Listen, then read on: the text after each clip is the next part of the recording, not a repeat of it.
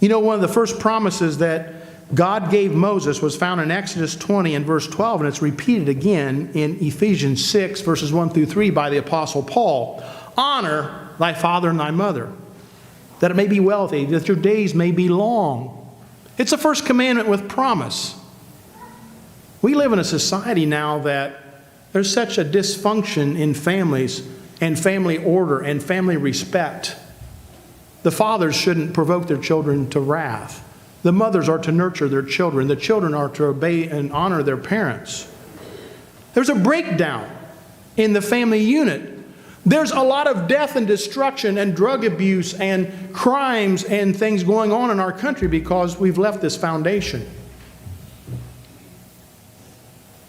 Perilous times, but we can be preserved. The message is, get underneath the wings of God. Start doing the right thing. Understand what will bless you. Understand how God can preserve you. If I die tomorrow, I've had a good ride. I'm 64 now. I'm getting to be an old man. But I've had a good ride. God's preserved my days. I don't know if I'll make it to 70. I don't know if I'll even come close to 80. Have no idea.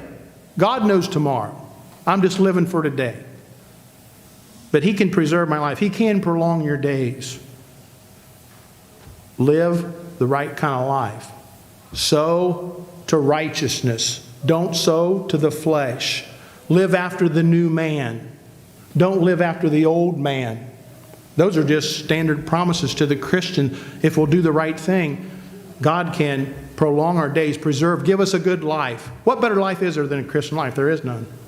There is none. Now, the rich man, he thought, wow, he's fared sumptuously every day. In Luke 16, he had all kinds of friends, probably had a huge funeral and all that. But that poor beggar, Lazarus, he was outside of his gate, laying there sick, full of sores, desiring the crumbs that fell from the rich man's table. He didn't have much of a life, and everybody thought, boy, what a loser. But they looked at the rich man and thought, oh, what a prosperous specimen of society. Everybody wants to be like him. He's got it all figured out, and he's got all the money from Wall Street and you know, all the connections, and rubbing elbows with the right people and gone to all the right parties, and everybody thought he had it.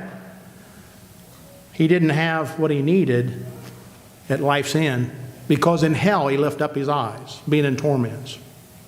But Lazarus, the beggar, went into Abraham's bosom, a place of comfort. He was comforted. But the rich man was tormented, because that's what he trusted. He trusted in his riches. But that poor Lazarus, day by day, had to trust God. I don't know what all he heard, but God saw that he had faith in the message and in the conversations of those days, that he could have a place of comfort in Abraham's bosom. He didn't live a long life, but what he lived was good. I don't know how old the rich man was. I don't know how